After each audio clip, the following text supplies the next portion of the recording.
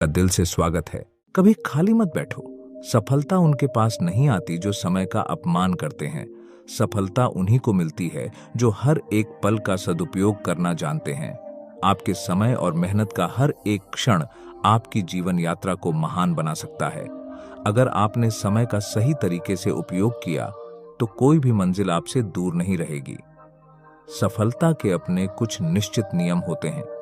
जीवन में हर व्यक्ति सफल होना चाहता है, लेकिन इसे प्राप्त करने के लिए मेहनत और लगन की आवश्यकता होती है। इस कहानी में हम एक संत की प्रेरणादायक कथा के माध्यम से उन 6 नियमों को समझेंगे जो हमें जीवन में सफलता की ओर ले जाते हैं। गांव से दूर एक छोटे से पहाड़ी क्षेत्र में एक संत रहते थे। उनका नाम संत राघव था। उनकी बातें हमेशा ज्ञान और प्रेरणा से भरी होती थीं और उनका हर शब्द सुनने वालों के दिलों में उतर जाता था। संत राघव का एक सिद्धांत था, कभी खाली मत बैठो।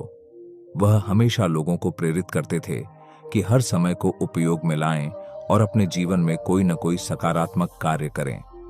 एक दिन एक युवक उनके पास आया और उनसे सफलता का मार्गदर्शन मांगा।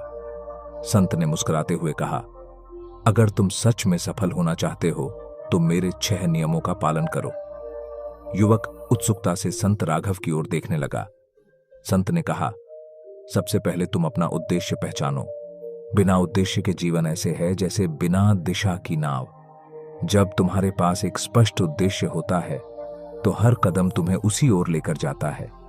अपने आप से पूछो कि तुम्हें जीवन में क्या करना है और क्यों करना है। युवक ने अपनी आंखों में चमक के साथ सिर हिलाया। संत की ये बात उसके दिल को छू गई। उसने समझा कि सफलता का पहला कदम यही है कि वह अपने जीवन का उद्देश्य समझे और उसे प्राप्त करने के लिए दृढ़ निश्चय करे। संत ने आगे कहा, समय सबसे अनमोल चीज है। अगर तुम इसका सम्मान नहीं करोगे तो ये तुम्हारा साथ नहीं देगा। अपने समय का सही प्रबंधन करो और अपने हर पल का सदुपयोग करो। ऐसा करो कि तुम्हारा दिन अनुशासित हो। कुछ समय सीखने में लगाओ, कुछ समय मेहनत में और कुछ समय अपने विकास में। यह नियम भी युवक के लिए नई सीख थी। उसे यह समझ में आ गया कि अगर समय का सदुपयोग नहीं किया तो सफलता दूर रह जाएगी। उसने संत के निर्देशानुसार अपने दिनचर्या में बदलाव लाने का निश्चय किया। संत ने तीसरा नियम बताया, जिंदगी में सीखना कभी बंद मत करो। हर दिन कुछ नया सीखो, चाहे वह किसी छोटी सी चीज में ही क्यों ना हो। जो सीखता रहता है वही प्रगति करता है। ज्ञान का कोई अंत नहीं है। हमेशा खुद को नई चीजों के लिए तैयार रखो और उन्हें समझने का प्रयास करो। युवक ने महसूस किया कि उसे हर रोज अपने ज्ञान में कुछ नया जोड़ना चाहिए। उसे समझ आ गया कि सीखना सफलता का महत्वपूर्ण हिस्सा है और सीखते रहना ही एक सफल व्यक्ति की पहचान है। संत ने युवक को समझाते हुए कहा, अगर तुम सोचते हो कि सफलता बिना मेहनत के मिल सकती है तो तुम गलत हो। कोई भी बड़ा काम बिना मेहनत के नहीं होता। मेहनत से कभी मत घबराओ। जितना अधिक मेहनत करोगे उतनी ही सफलता तुम्हारे करीब आएगी। जीवन में हर चुनौती को पूरे आत्मविश्वास से स्वीकार करो। युवक ने यह सुनकर संत की ओर नजरें उठाई। उसे यह एहसास हो गया कि असल मेहनत ही उसे उसके लक्ष्य तक पहुंचा सकती है। उसने मेहनत को अपने जीवन का हिस्सा बनाने का निश्चय कर लिया। संत ने 5वां नियम समझाया, सफलता के रास्ते में अक्सर लोग अपने स्वास्थ्य को नजरअंदाज कर देते हैं। याद रखो, स्वास्थ्य ही सबसे बड़ा धन है।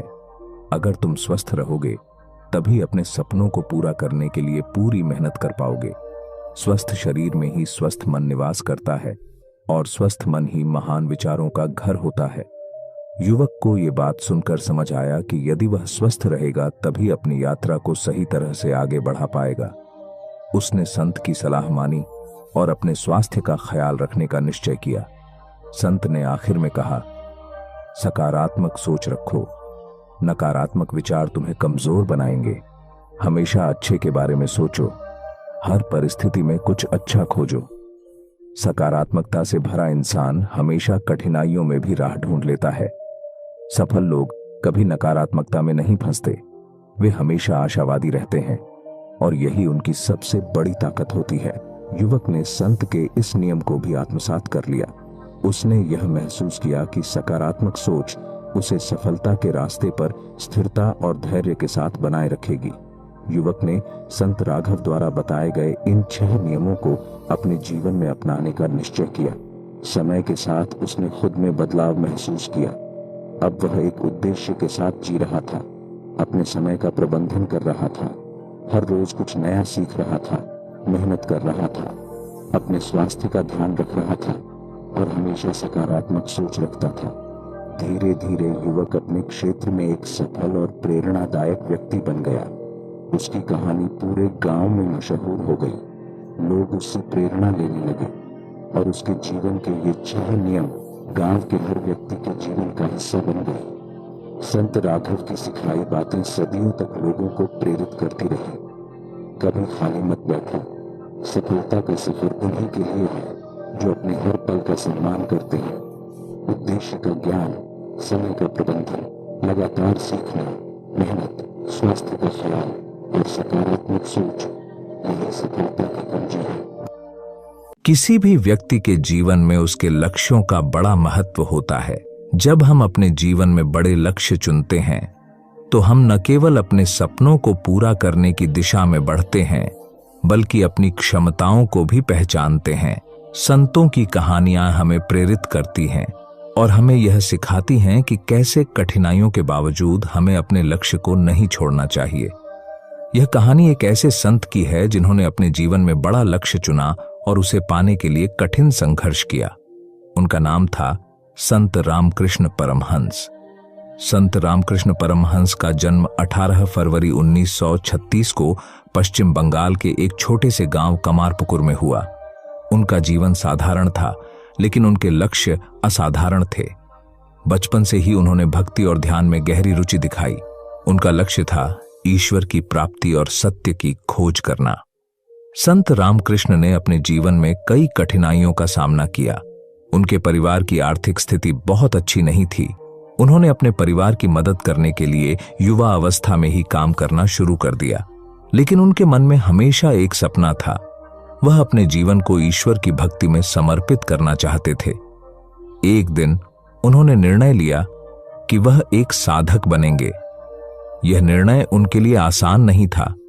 उन्होंने अपने घर वालों के विरोध का सामना किया और कई बार लोगों के तानों को सहा, लेकिन उन्होंने कभी हार नहीं मानी। संत रामकृष्ण ने विभिन्न धर्मों और पंथों का अध्ययन किया। उन्होंने हिंदू धर्म, बौद्ध धर्म, इस्लाम और ईसाई धर्म का गहराई से अध्ययन किया।